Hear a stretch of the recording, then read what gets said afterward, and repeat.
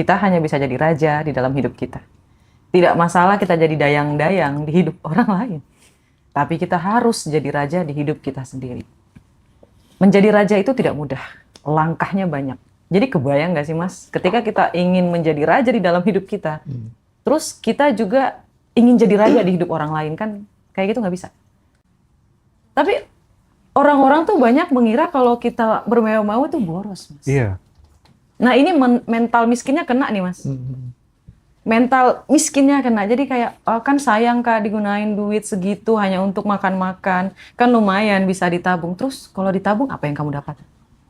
Tentu kita akan banyak berdiskusi, berdialog gitu barangkali ya, terkait dengan banyak hal ya, seputar manifestasi, seputar loa, dan lain sebagainya, dan seterusnya gitu.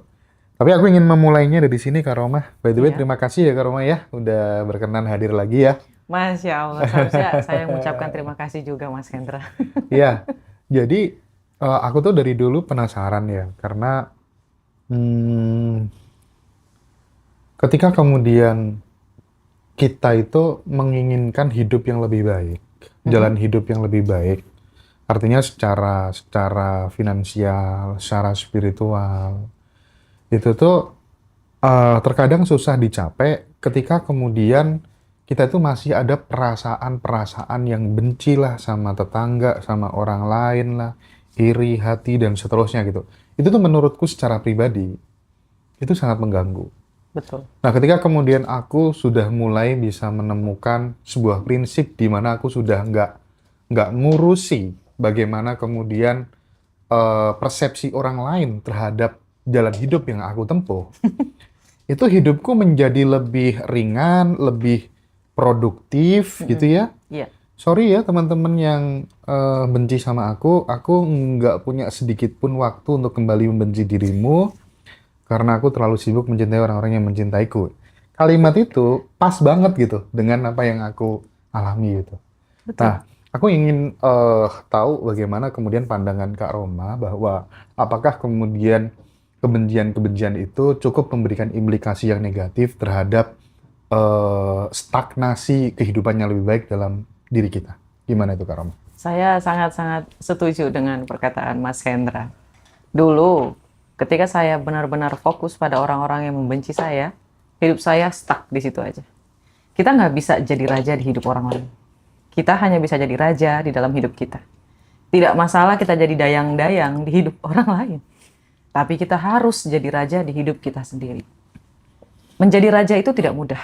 Langkahnya banyak. Jadi kebayang nggak sih Mas, ketika kita ingin menjadi raja di dalam hidup kita, terus kita juga ingin jadi raja di hidup orang lain, kan kayak gitu nggak bisa.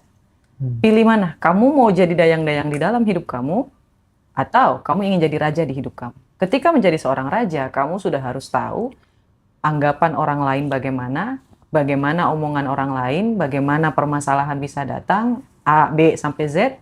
Sebagai seorang raja, layaknya kita harus duduk tegap, kepala diangkat, tarik nafas, lepaskan, tersenyum, udah gitu. Kalau saya, ya Mas Hendra ya. Dan saran saya sih buat teman-teman yang masih peduli dengan rasa dendam kepada orang tua, rasa marah kepada permasalahan di masa lalu, tetangga yang suka iri, bla bla bla, lupakan, biarkan. Seperti kata Mas Hendra tadi, nggak ada waktu. Nggak ada waktu Mas. Kita cuma punya waktu 24 jam. Untuk, mohon maaf, buang hajat berapa? Kalau digabung seharian, ya. Terus untuk tidur udah 8 jam sendiri. Belum untuk makan. Kebayang nggak sih Mas, itu belum untuk kerja lagi, untuk bisnis lagi, terus habis lagi untuk yang lain. Sedangkan kita harus punya waktu sunyi, bukan? Ah, gimana tuh? Kebuang sia-sia waktunya. Apalagi kalau ada sampai yang head comment, Allah bacot.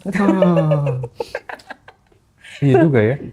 Dalam satu akun, dia satu akun nih, terus dia komen sampai 100 akun, berapa kali tuh? Aja. Dikali sampai berapa detik? 100 akun, sekian detik, dikali, udah berapa habis waktunya tuh Mas? Iya. Sayang banget kalau Iya, tapi menarik ya, soal haters itu menarik banget sih. Artinya kalau aku ya di titik ini tuh nggak pernah naruh itu di pikiranku sih. Mungkin karena saya awal, Mas. Apalagi di hati ya. Iya. Yang ada tuh di bawah telapak kaki gitu. Aduh.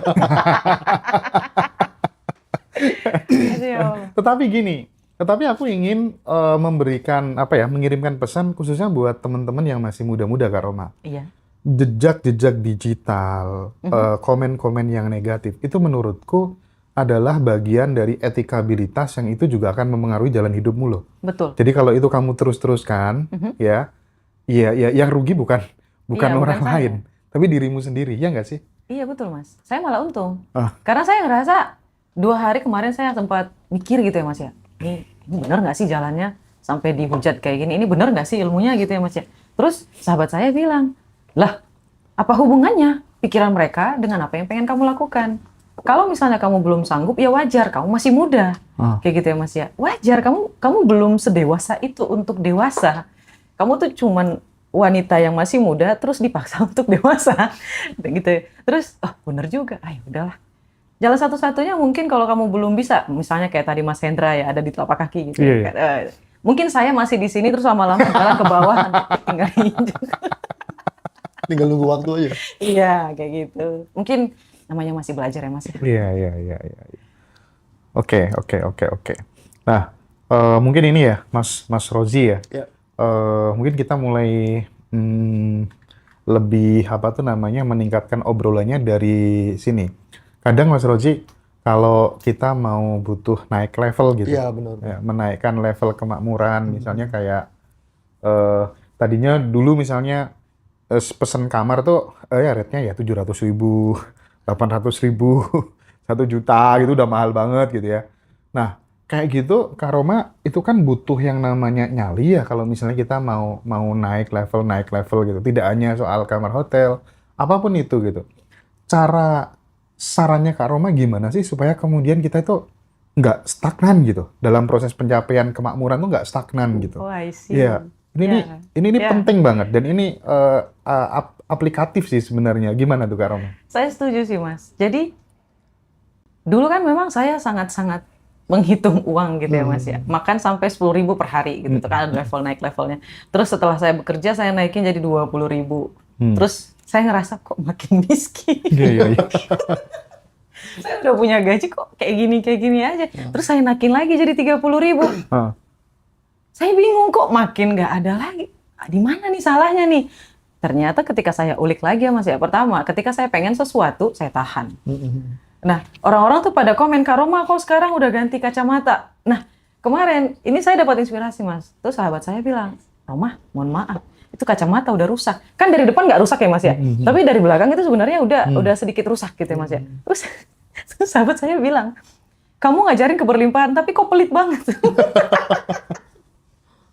Terus saya mikir lagi Mas ya, makanya teman-teman semuanya kita tuh butuh belajar. Siapapun itu, bahkan ketika kita sudah naik ke atas, kita juga masih tetap bisa belajar. Nah, dari itu saya sadar Mas, berarti ada yang masih perlu saya pelajari. Nah, saya mulai nih Mas, bener kata Mas ya, ketika kita ingin melangkah ke kemakmuran, kayak gitu, kita harus mulai mengambil langkah-langkah yang sedikit ekstrim. Langkah pertama ekstrim yang saya ambil adalah makan di restoran mewah. Yang mungkin bagi teman-teman di sana, di luaran sana itu murah, tapi bagi saya itu lumayan mahal. Dari yang harga 30.000 makan, saya sama sahabat saya itu spending hampir 2 juta, bukan hampir, memang 2 juta. Hanya untuk makan berdua aja. Nah, ketika saya ada di environment itu, Mas Hendra, saya ngerasa kayak ada ya tempat kayak gini. Terus saya mikir lagi, tuh saya diri ngelihat pemandangan city light, terus saya menggumam di dalam hati saya, Mas ya. Enak kali ya kalau saya bisa diri memandang ke bawah, terus saya punya kantor, setidaknya jadi karyawan ngelihat pemandangan kayak gini lah gitu. Itu ceritanya saya masih kerja, Mas. Seminggu kemudian kantornya pindah. Pindah, Mas. Dari cuman lantai 5 ya, terus langsung ke lantai 29. Benar-benar city light. Itu yang pertama. Terus waktu saya makan, saya lihat ada menu yang luar biasa gitu. Dalam hati mikir ya Mas ya, selama ini aku kemana aja? Kok ada makanan seenak ini dan aku baru bisa ngerasain di saat ini? Apa yang orang lain lakukan sampai bisa mereka makan ini hampir 1 bulan sekali. Dalam pikiran saya kayak gitu ya Mas ya. Enak kali ya, aku ucap lagi nih Mas afirmasinya. Enak kali ya kalau bisa makan mewah. Sebulan sekali deh, kayak gitu. Masya Allah, sebulan kemudian Mas, pergi lagi. Oke. Jadi makanya kalau kita tuh, bukan saya nyuruh teman-teman untuk bermewah-mewah ya, enggak. Tapi kita masuk dulu ke environment-nya, kita kenal, kita tahu. Kalau kita nggak kenal, kita nggak akan tahu. Tapi orang-orang tuh banyak mengira kalau kita bermewah-mewah tuh boros, Mas. Iya. Nah ini mental miskinnya kena nih, Mas. Mental miskinnya kena. Jadi kayak, oh, kan sayang Kak digunain duit segitu hanya untuk makan-makan. Kan lumayan bisa ditabung. Terus kalau ditabung apa yang kamu dapat? Pikirannya masih di situ-situ aja. Terus dia nabung. Belum tentu kan Mas. Ketika pikiran kita itu stagnan, kita bisa punya ide untuk bikin bisnis. Siapa yang tahu ketika kita gunakan uang tabungannya pergi jalan-jalan ke Bangkok. Tiba-tiba di Bangkok punya ide untuk bisnis. Banyak loh Kak, teman-temanku itu yang dulunya ngerokok, Ya. terus kemudian akhirnya memutuskan untuk nggak ngerokok. Pada saat memutuskan untuk nggak ngerokok, gelang istrinya nggak nambah-nambah. Sama aja. Ya artinya terkadang salah satu cara untuk kemudian memperbesar wadah rezeki itu ya udah dengan cara menaikkan level kebutuhan. Iya. Menaikkan level kebutuhan, termasuk kemudian memikirkan nasibnya orang lain. Betul. Ya nggak sih? Betul, Mas. Itu betul sekali. Kalau yang tadi saya bicarakan itu untuk mengenal environment ya, Mas. Yang kedua yang saya lakukan, apa sih yang bisa saya lakukan untuk orang lain gitu loh, Mas? Ini pertanyaan paling dasar. Sampai saya bikin buku kan banyak tuh, Mas, e-book. Oke. Sampai ada, masih 2 sih. Buku fisiknya ada 1. Sebenarnya banyak buku e-book saya, cuma belum saya liris aja. Dan kemarin baru banyak tuh orang yang sadar tentang jurnal, Mas. Jurnal itu luar biasa. Kalau teman-teman penasaran, ikutin kelasnya nanti dari Ngaji Roso nih. Nanti saya ajarin deh. Khusus untuk Ngaji Roso. Tanggal berapa sih? Untuk kelasnya Kamu lupa ya tanggalnya ya. ada. 6 Maret. 6 Maret itu. Ya, Tanggal untuk 6 Maret. Ya. Jadi silakan ikut kelasnya Kak Roma. Nanti bonus dapat buku ya. Buku judulnya apa Kak Roma? I am the king, Mas. I am the King. Nah, Iya. silakan teman-teman yang mau join di kelas apa tuh namanya? Kelas level up-nya Kak Roma itu udah disematkan nomornya di TikTok ya. Silakan. Itu Zoom ya, teman-teman ya. Oke, lanjut Kak Roma terkait dengan itu tadi. Oh ya, sampai di mana tadi? Perlu Mas? dibiasakan kalau kita mau naik level Iya. tuh perlu nyali lebih tepatnya Betul. kali ya. Tadi kan berani. Karena keberuntungan itu menyukai orang-orang yang berani. Oke. Keberuntungan hanya menyukai orang-orang yang berani. Kalau misalnya belum dapat, kita beruntung. Dapat pembelajaran. Kalau misalnya Allah kasih rezekinya, berarti kita beruntung banget. Untung dan untung banget. Iya sih. Aku dulu punya sahabat namanya Nagara Yanotama. Wow. Dia kasih satu statement gini.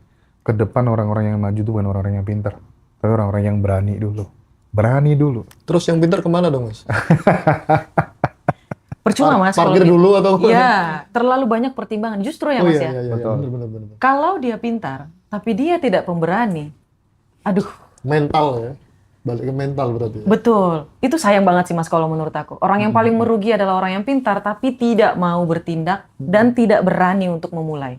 Itu sayang banget kalau menurut aku. Kalau dia, makanya Mas ya, yang sukses, yang hebat di luaran sana adalah orang yang pandai eksekusi. Ilmu yang bagus ada ilmu yang dipraktikkan dan berani. Kemarin tuh ada orang yang daftar di kelasnya Mas ya, untuk di kelas kemarin yang udah lewat kayak gitu. Terus ngomongnya kayak gini Mas, kok ini kelasnya mahal ya? Terus Cece ngelaporin saya, Kak, ini katanya kelasnya kemahalan. Bagi dia kemahalan karena dia merasa tidak akan mendapat apapun dari yang saya ajarkan. Dia tidak berani kehilangan untuk mendapatkan melebihi dari apa yang sudah dia genggam. Gitu loh Mas. Jadi kalau teman-teman ngerasa kelas ini masih mahal, tolong mundur. Kenapa saya bilang mundur? Karena sedari awal sudah menghitung. Dan LOE-nya tidak akan berhasil kalau sudah memulai hitung dari awal. Wah, ini segini nih, nanti dapatnya apa nih? Ini segini nih, dapatnya apa nih? Nggak bisa. nonton ini aja, nonton di IG sama YouTube aja gratis kan. Iya karena menurutku memang orang tuh bertumbuh sesuai dengan tingkat kenyamanannya masing-masing Yes. gitu. Ada yang lewat kelas dia cepet, ada yang lewat kelas justru perhitungan, aduh uangku habis dan lain sebagainya gitu. Bayangin kayak temenku itu yang di Magetan tuh, Iya. ya ikut kelas, bayarnya Mas Hantam Sertie 1 kilogram. Ah, saya iri, Mas. 3 miliar lebih. Demi Allah, nggak bohong saya. Serius. Dan tahu nggak? Iya. Karena dia itu triliuner kan, bukan miliarder lagi. Apartemennya di Mekah, di Dubai banyak sekali. Karena aku juga join perusahaannya dia. Dia kasih rumus gitu. Sepanjang orang tuh masih perhitungan sama uang, nggak bakal bisa maju. Udahlah percaya Betul. sama saya gitu. Betul, Mas. Betul sekali. Dan bahkan kemarin tuh ada Cece juga ngelaporin tuh, Mas. Kakak kok harganya selalu naik ya? Itu syarat. Syarat. Karena memang saya tidak mau, Mas, ketika kelas itu tuh dihadiri sama orang-orang yang mentalnya tuh masih apa ya? Mental coba-coba. Iya, mental mindset. Mental Fixed mindset. Iya, Fixed mindset. Iya, betul. Fixed mindset. Masih fixed mindset kayak gitu. Jadi lebih baik kayak saya mengajarkan orang yang cangkirnya dikosongkan, padahal dia hebat nih, Mas. Betul. Tapi cangkirnya dikosongin sama dia. Terus diusi, oh kayak gini ilmu Kak Roma. Oh dari ilmu saya digabung, dibuat lagi formulanya, terus dipraktekin. Ah, lebih baik kayak gitu, Mas. Iya. Lebih Ini- baik sedikit tapi berkualitas. Ini menarik nih soal fixed mindset dan growth mindset barangkali ya. Aku tuh punya sahabat.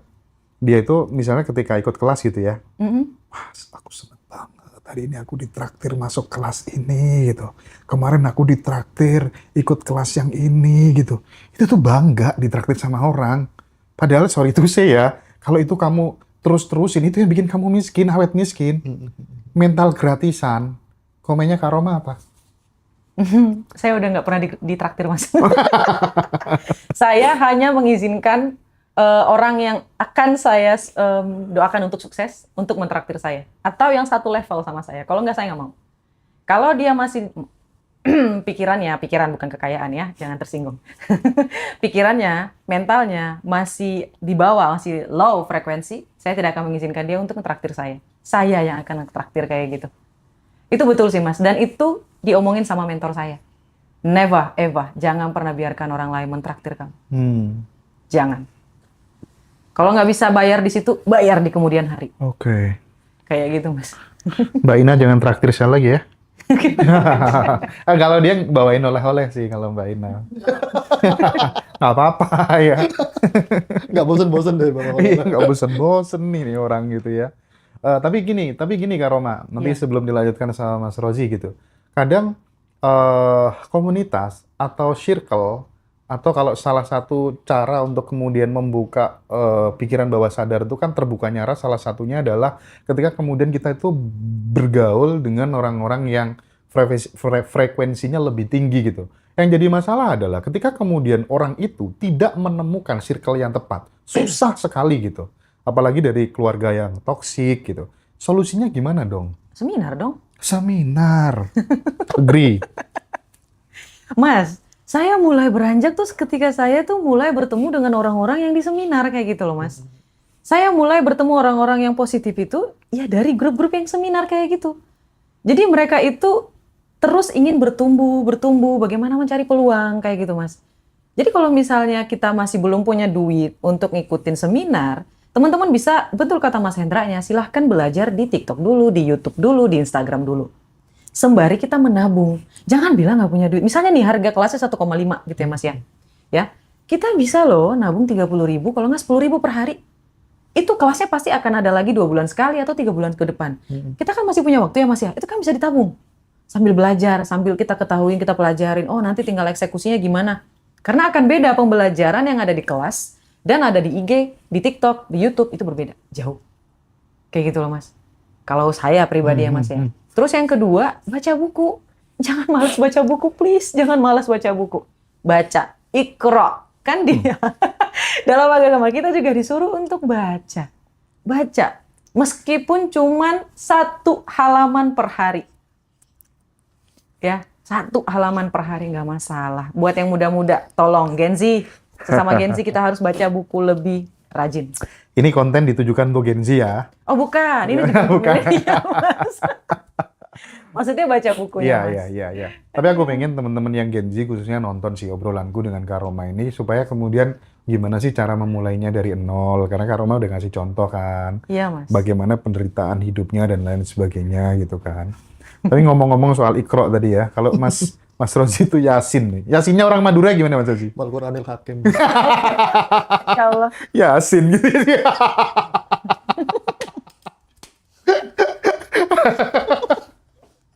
Oke. Ya Allah. Rozi ada pertanyaan? Mungkin Mbak ini ada.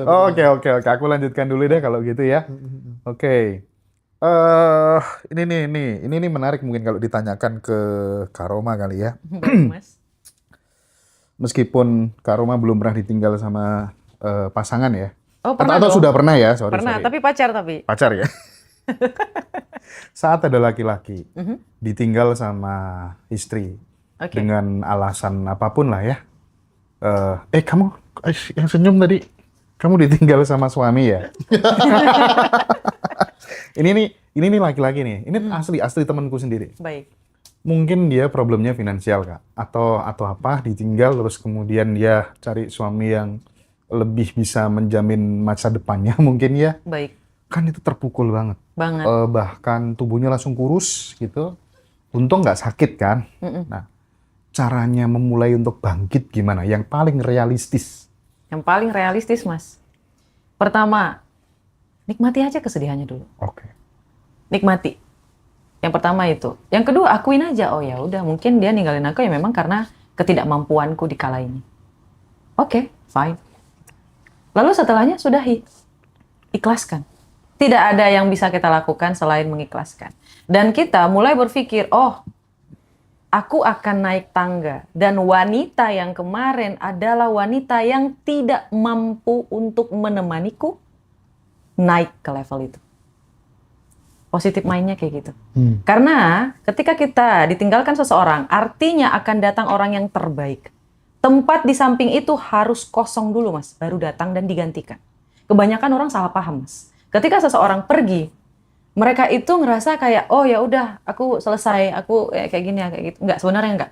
Ketika seseorang pergi, maka yang terbaik akan datang. Jadi makanya Allah itu maha baik. Kenapa saya selalu bilang Allah itu maha baik? Karena Allah itu tahu siapa yang kita butuhkan. Buat temannya Mas Hendra, tenang aja, yang terbaik akan datang. Lagi OTW. Lagi OTW. Lakukan yang terbaik. Jadi meskipun istrinya pergi, nggak apa-apa. Iya. Habis ini pasti akan datang yang lebih cantik, lebih baik hati, Iya. lebih bisa setia menerimaku apa adanya gitu kan? Kalau menurut saya yang akan membuat sahabat Mas Hendra jauh lebih hebat daripada yang kemarin. Oke. Kalau menurut saya pribadi. Kalau untuk laki-laki memang tujuan paling utama itu karir nggak sih, Mas? Oke. Iya, Mas ya. Kalau menurut saya. Karena impian laki-laki itu kan lebih Iya. menggebu-gebu gitu daripada wanita-wanita kan lebih rasa aman. Merasa bertanggung jawab. Iya, menjadi betul. pengayom pelindung kan gitu. Betul. Tapi boleh nggak sih kalau kemudian si laki-laki ini memiliki dendam yang positif gitu? Karena dia kan sakit hati nih. Oke, mulai detik ini aku akan kerja lebih keras lagi, Boleh lebih dong. cerdas lagi gitu. Boleh dong. Mas Hendra tahu nggak? Ini saya sharing bentar ya, Mas. Saya compare. Compare nih permasalahannya. Sebelum saya menjadi seorang seperti yang sekarang, Heroma, saya pernah nyeletuk sama teman saya. Ini saya sudah mulai bikin TikTok, masih followernya masih 2.000 lah. Terus saya sering bikin seminar, bukan seminar, live kayak gitu. Pasti sering, dua hari sekali saya pasti bikin live kayak gitu. Saya pernah nyeletuk, enak kali ya kalau saya kasih bimbingan, kalau saya ngasih motivasi, kalau saya ngasih pembelajaran itu dibayar. Mas tahu, teman kantor saya yang bersebelahan dengan saya, dia nyeploknya kayak gini, Mas. Emang lu siapa? Iya. Saya ngedengar itu langsung mikir ya, Mas ya. Saya langsung senyum, Mas. Oh, hari ini bukan siapa-siapa sih. Lihat aja nanti. Iya. Sambil senyum, Mas. Sambil senyum saya langsung melakukan gerilya. Iya. Gerilya itu kayak melakukannya diam-diam gitu loh, Mas. Saya nggak pernah ngasih tahu, ngepost dimanapun kalau saya itu udah jadi influencer. Kan Instagram itu kan ada yang pribadi dan ada yang akun ini ya, Mas ya. Dan saya tidak pernah memberitahu siapapun dari teman saya kecuali teman dekat saya atau sahabat saya. Tahu-tahu udah 100.000 follower baru saya upload. Gue berhasil loh, yang kayak gini. Lalu tahu-tahu saya bikin seminar baru saya upload kayak gitu, Mas. gue udah jadi pembicara loh. I'm paying enough. Aku sudah dibayar loh. Jadi buat temannya Mas Hendra juga kayak gitu, nggak apa-apa. Tapi buktiin, tapi sambil senyum, sambil bahagia, sambil ikhlas.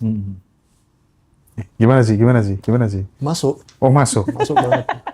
Bukan Mas Roji kan ya? Bukan. Bukan. Nomi. Oh no, oh not you, okay. Someone people. Oh, some people in there. Okay. Oke. Simpel aja Kak Roma. Mungkin Oke. bisa di breakdown ya nanti karena teman-teman yang mau ikut kelas level up tuh biar tahu gitu. Apa sih hal baru yang bakal aku dapatkan nanti gitu Oke. ya. Dan orang seperti apa sih yang cocok ikut kelas ini gitu kira-kira? Baik. Tanggal 6 Maret. Jadi kalau menurut saya orang-orang yang di Ngaji Roso ini sudah pasti belajar banyak tentang LOE dari Teh Febi. Kalau menurut saya ya Mas ya. Pasti orang-orang yang ingin daftar itu adalah orang-orang yang pernah ngikut kelas Ngaji Roso. Ini untuk yang kelas Ngaji Roso dulu yang saya bahas, nanti yang new-nya, yang barunya. Kalau misalnya teman-teman yang sudah pernah ikut di kelas-kelas yang lain, belajar tentang LOE atau ya mungkin saya akan membahas tentang LOE. Tapi di sini saya akan memberitahu pembelajaran tentang Law of Mirror. Saya akan memberitahu kenapa pola itu berulang, itu satu. Kedua, energi itu bukan dalam hal mistis, tapi dalam neuroscience. Bagaimana sih cara kerjanya di dalam otak itu sebenarnya, dalam ilmu sainsnya, bukan ilmu tentang ngambang, ngawung, nggak jelas kayak gitu. Saya akan jelasin. Yang ketiga, khusus untuk Ngaji Roso, saya akan memberitahu tentang jurnal. Wow. Ya, karena jurnal ini sangat penting. Selain LOE itu ada 8 jenis jurnal. Ada 8 jenis jurnal. Dan ini saya akan rundown, saya akan ajarin, saya akan memberitahu kepada teman-teman yang ada di dalam ruangan ini. Yang di Ngaji Roso. Dan teman-teman yang pernah ikut kelas saya, tolong daftar kelas yang ini karena ini spesial. Karena saya menjual jurnalnya, ya, saya menjual jurnalnya, tapi saya belum pernah sama sekali Mas Roji ngasih tahu secara fluent kayak gitu. Gimana sih itunya? Ini khusus untuk Ngaji Rosonya. Mantap. Oke. Mantap. Merasa terhormat sekali ya, Zi. Masya Allah. Banget. Tapi Harus tadi berbeda. gara-gara ngomong LOE aku jadi ingat ya. Kadang kita itu ketika sudah berada pada kondisi yang ideal gitu, artinya yang sudah tidak terbebani oleh luka-luka batin dan lain sebagainya itu, ketika menginginkan sesuatu gitu, sebut saja misalnya mobil gitu. Iya. Itu nggak tahu kenapa ya sih ya. Aku pengen nambah mobil yang ini gitu. Tiba-tiba di tol gitu disalip. Atau kalau gitu kita nyalip. Atau pas parkir sebelahnya gitu. Dan itu sering bolak-balik gitu. Atau pas buka HP muncul iklannya. Oh iya bisa jadi ya sih. Tapi bener real case-nya banyak kayak gitu. Tapi ya nggak terjadi ke banyak orang juga sih gitu. Tapi aku kemudian kira-kira kenapa ya? Mungkin Karwa bisa jelasin. Oke. Itu adalah di nervous system kita, Mas. Apa yang kita fokuskan dia akan tumbuh. Apa yang kita fokuskan dia akan tumbuh. Kita fokus ingin punya mobil itu, right? Alright. Dan Right. ya.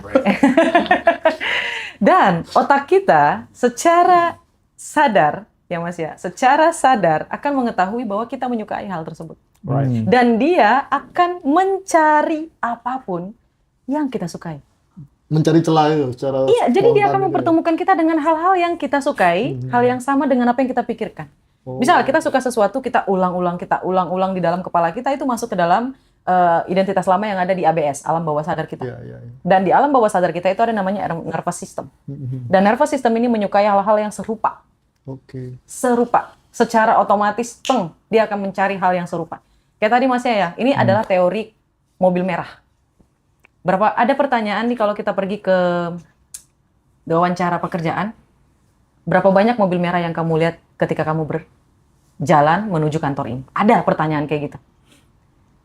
Dan pasti dia akan blank, Mas. Kenapa? Pertama, mungkin either dia sedang tidak fokus, tapi kalau dia fokus, pasti dia bilang, saya tidak melihat mobil merah, tapi saya fokus melihat mobil warna hitam. Nah, itu misalnya, Mas ya, saya tidak melihat warna merah, tapi saya fokus melihat yang warna kuning. Oke. Itu artinya pikirannya sedang dalam kondisi dia fokus terhadap sekitarnya. Kayak gitu. Nah, teori mobil merah ini juga bisa disangkut pautkan dengan apa yang dikatakan oleh Mas Hendra tadi. Misalnya Mas, saya sangat suka Mercy dan BMW. Dan mobil yang selalu lewat di sekitar saya dan sahabat saya ketika lagi main, pasti mobil yang 2 itu. Pasti, nggak mungkin enggak. Nggak tahu kenapa. Tiba-tiba aja ting, ada logonya gitu. Tiba-tiba ada lagi lewat lagi. Samping, kiri, kanan. Tapi itu nggak akan terjadi kalau dirimu tinggal di Tuban. Nggak akan terjadi kalau dirimu tinggal di Tuban. Mohon maaf, Mas, saya tidak suka daerahnya. Ya, makanya karena di sana jarang mobil Mercy dan BMW. Paling 1 kali 1 hari lewatnya. Tapi saya di kota saya lewat loh, Mas. Oh gitu. Kota saya kan jauh banget ya, Mas ya. Sibolga loh. Iya, iya, iya. Ujung banget.